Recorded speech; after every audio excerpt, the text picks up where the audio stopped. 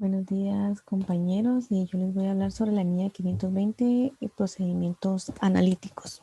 Entre el alcance de la NIA 520 tenemos cómo trata la responsabilidad que tiene el auditor de aplicar en una fecha cercana a la finalización de la auditoría de procedimientos analíticos en el cual puedan facilitar el alcance de una conclusión global en relación a los estados financieros. También pues nos dice el alcance que esto se relaciona también a la NIA 315, la utilización de procedimientos analíticos como procedimientos de valoración del riesgo. También tiene el alcance de la NIA 330, que en esta pues incluye requerimientos y orientaciones en relación a la naturaleza, el momento de realización y la extensión de los procedimientos de auditoría que son aplicados en respuesta a los riesgos valorados. Entre el objetivo de la NIA 520, pues tenemos la obtención de evidencia que tiene que ser relevante y fiable mediante todos los procedimientos analíticos sustantivos y el diseño y la aplicación en una fecha cercana a la finalización de la auditoría de los estados financieros. La definición, tenemos procedimientos analíticos en el cual pues son evaluaciones de la información financiera realizadas, que estas son mediante el análisis de datos financieros y no financieros. En la parte de los requerimientos tenemos procedimientos analíticos sustantivos en el cual pues al diseñar y aplicar procedimientos solos o en una combinación con pruebas de detalles, el auditor va a determinar dos puntos importantes. El primero, que es que va a determinar la idoneidad de procedimientos para las afirmaciones, pues en el cual un ejemplo que podemos tener es que si los controles sobre el procesamiento de los ordenadores de venta no son suficientes, son deficientes, el auditor puede que confíe más en pruebas de detalle para hacer los procedimientos analíticos sustantivos. El punto número 2 es la que va a evaluar la fiabilidad de los datos. En este caso, pues lo va a hacer mediante fuentes de información que estén disponibles en ese momento y la comparabilidad de toda la información disponible que se tenga en el momento de realizar la auditoría de los estados financieros. Va a dar continuidad mi compañero hablando sobre los procedimientos analíticos sustantivos. Muchísimas gracias. Buenos días, licenciado. Buenos días, compañeros. Un cordial saludo. Continuando con el desarrollo de la NIA 520, que hace referencia a los procedimientos analíticos, vamos a seguir desarrollando el requerimiento de procedimientos analíticos sustantivos. Adicional a los dos procedimientos sustantivos que mi compañera ya mencionó, la NIA establece que el auditor debe definir una expectativa con relación a las cantidades registradas o ratios y evaluar si la expectativa es lo suficientemente precisa como para identificar una incorrección que pueda llevar a que los estados financieros contengan una incorrección material. Asimismo, debe cuantificar cualquier diferencia entre las cantidades registradas y los valores esperados que se considere pertinente y aceptable sin que sea necesaria una investigación más a detalle. Otro de los requerimientos de esta NIA es el diseño de procedimientos analíticos que faciliten una conclusión global. En este sentido, el auditor debe diseñar y aplicar en una fecha cercana a la finalización de la auditoría procedimientos analíticos que le faciliten alcanzar una conclusión global sobre si los estados financieros son congruentes con su conocimiento de la entidad. Ahora bien, en cuanto al requerimiento sobre la investigación de los resultados de los procedimientos analíticos, la NIA indica que si los procedimientos analíticos aplicados de conformidad con la propia NIA revelan variaciones o relaciones congruentes con otra información relevante o que difieren de los valores esperados en un importe significativo, el auditor debe de aplicar dos procedimientos. El primero, la indagación ante la dirección y la obtención de evidencia de auditoría adecuada relativa a las respuestas de esta y la aplicación de otros procedimientos según sea necesario en función de estas circunstancias consideradas. Muchas gracias. Buenas tardes, compañero licenciado. Mi nombre es Estuardo Padilla. Les hablaré de la NIA 530, muestra de auditoría. Temas a desarrollar sería alcance objetivo de definiciones. Alcance. Esta NIA es de aplicación cuando el auditor ha decidido emplear muestras de auditoría en realización de los procedimientos de auditoría. Trata la utilización del auditor cuando hay un muestreo estadístico y no estadístico para diseñar y seleccionar la muestra de auditoría, para realizar pruebas de control y de detalle y evaluar los resultados de la muestra. La NIA 500 proporciona al auditor un elemento muy importante que es el muestreo de auditoría para que él pueda obtener evidencia de auditoría suficiente y adecuada. Tenemos lo que es el objetivo.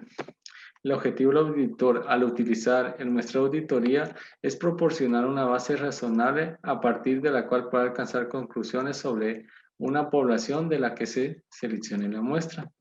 Tenemos definiciones. Muestreo de auditoría.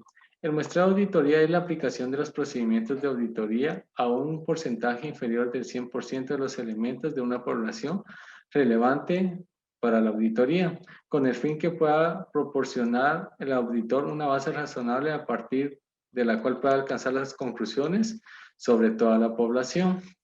Riesgo de muestreo. El riesgo de muestreo puede producir dos tipos de conclusiones erróneas en el caso de prueba de controles. Dice que al concluir, los controles son más eficaces de lo que realmente son o pueden llegar a serlos.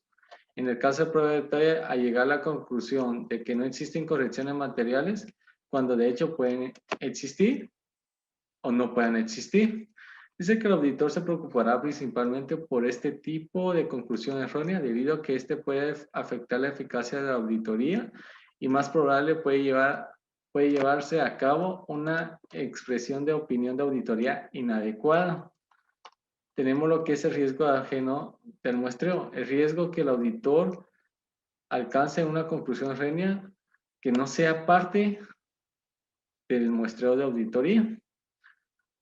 Muestreo estadístico. Este cumple con dos características que son selección aleatoria de los elementos de la muestra y aplicación de la teoría de probabilidad para evaluar los resultados de la muestra, incluyendo la misión de riesgo de muestreo. Si no incluyen estas dos características, es un muestreo no estadístico. Estratificación. Dice que la estratificación es la división de una población en subpoblaciones. Incorrección tolerable. Es el importe establecido por el auditor con el objetivo de tener un grado adecuado de seguridad. Porcentaje de desviación tolerable. Porcentaje de desviación de los procedimientos de control interno prescritos. Muchas gracias. Esta ha sido mi exposición. Buenos días, compañeros y licenciado. Mi nombre es Kevin Barco. En esta ocasión yo tengo la oportunidad de poder explicar lo que es la NIA 530, que trata acerca del tema de muestreo de auditoría. Ya anteriormente mi compañero se enfocó principalmente en aspectos iniciales, dígase alcance, objetivo y ciertas definiciones. Posteriormente otro compañero va a explicar lo que son los requerimientos finales. Yo voy a explicar el requerimiento 1 y 2, que se ve acá visualizado. Vamos a desarrollar lo que es el diseño, tamaño y selección de los elementos a comprobar y la aplicación de los procedimientos de auditoría. Pues en el primer tema que trata sobre el diseño, tamaño y selección de la muestra de los elementos a comprobar, prácticamente es la forma en que yo puedo seleccionar los elementos que van a integrar mi muestra y los procesos que yo tengo que realizar. Vamos a tener en cuenta tres aspectos acá. Uno es el objetivo de los procedimientos de auditoría, es decir, al momento de yo diseñar la muestra, voy a tener en cuenta cuál es el objetivo de mis procedimientos de auditoría. Asimismo, las características de los elementos que van a integrar mi muestra. ¿Por qué? Porque de esta manera voy a tener una muestra de mayor calidad y me va a permitir cumplir el objetivo de los procedimientos de auditoría, que es obtener evidencia de auditoría suficiente y adecuada. En el segundo aspecto tenemos que el tamaño de la muestra va a estar enfocada a lo que es el riesgo. En sí, pues si mayor es mi riesgo, mayor será mi alcance y por ende mayor será mi muestra.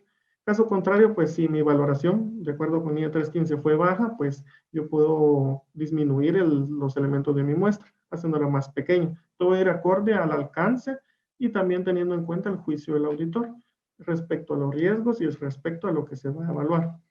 En el tercer aspecto tenemos los elementos deben de tener la misma oportunidad de ser seleccionados, es decir, todos los elementos que son objeto de estudio, o es decir, la población, deben de tener la misma oportunidad de ser seleccionados sin excepción alguna. En el tema número 2 tenemos la aplicación de los procedimientos de auditoría. De igual manera vamos a tener 3 puntos importantes. Número 1, que los procedimientos se aplicarán acorde al objetivo. Todos los objetivos establecidos por el auditor. Como segundo punto, si ciertos procedimientos no se pueden aplicar a algún elemento que se seleccionó, se le va a aplicar a un elemento de sustitución. ¿Cómo así? Por ejemplo, si yo estoy evaluando cheques y resulta que dentro de mi muestra se seleccionó un cheque que está anulado, entonces por ciertas situaciones no se va a poder aplicar procedimientos adecuadamente a este cheque anulado, ¿verdad? Entonces lo descarto y selecciono otro dentro de lo que es la población objeto de estudio, ¿verdad? Lo sustituyo. Y esto va amarrado a lo que es el tercer aspecto. En caso de no poder aplicar un procedimiento de auditoría a un elemento, se va a tomar como lo que es una desviación. Si es en relación al control interno, va a ser una desviación de control, y si es en relación a pruebas de detalle, por ejemplo, se va a tener en cuenta como una incorrección material. Y hasta acá lo que es mi pequeña exposición. Muchas gracias. Naturaleza y causa de las desviaciones. Se trata, el auditor tiene la tarea de investigar la naturaleza y la causa de cualquier desviación o incorrección de las cuales ya se hayan identificado en la muestra, ya que estas pueden compartir características en común, por ejemplo, sus transacciones, su línea de tiempo, su reporte o su ubicación. Ya una vez agrupadas estas características en común sobre estas incorrecciones, se puede realizar procedimientos específicos para determinar qué es lo que ha llevado a estas desviaciones. También así se pueden identificar aquellas que tienen cierta intención que pueden llevar al fraude, por lo cual es necesario obtener evidencia de auditoría suficiente y adecuada para determinar que esa desviación no es representativa de la población en total. Extrapolación de las incorrecciones. La extrapolación dice que se aplicará para las pruebas de detalle en las incorrecciones encontradas en la muestra de la población. Cuando estamos hablando de extrapolación, no es más que obtener otra muestra de la muestra que ya hemos determinado. Pero esta muestra se va a determinar sobre aquellas incorrecciones que yo ya determiné específicamente en una muestra, y esto con el fin de obtener una conclusión en global de la población. También así dice que la extrapolación no se aplicará para las pruebas de controles, ya que el porcentaje de desviación de la prueba ya se está tomando en conjunto para la prueba de control. Y en cuanto a la evaluación de los resultados del muestreo de auditoría, dice que se debe de evaluar los resultados de la muestra, que para las pruebas de controles, un porcentaje de desviación elevadamente alto puede llevar a un incremento del riesgo valorado, y en las pruebas de detalle a veces pueden existir incorrecciones con un monto demasiado alto que puede llegar al punto de la incorrección tolerable. Es por esto de que se deben de aplicar procedimientos en que se determine que esta incorrección no es representativa de la población, o ya bien de que la extrapolación que se hizo sobre esas incorrecciones no supere al porcentaje del error tolerable determinado. Y en cuanto a la utilización del muestreo, también se debe evaluar si es adecuado el tipo de muestreo que se ha utilizado o las evidencias que ya hemos obtenido para esto llevar a las conclusiones. De no ser así, se debe de indagar con la dirección sobre aquellas incorrecciones, aquellas desviaciones que hemos identificado, y así también adaptar nuestros procedimientos de auditoría en cuanto a la extensión, el momento y la naturaleza a revisiones posteriores. Gracias por su atención.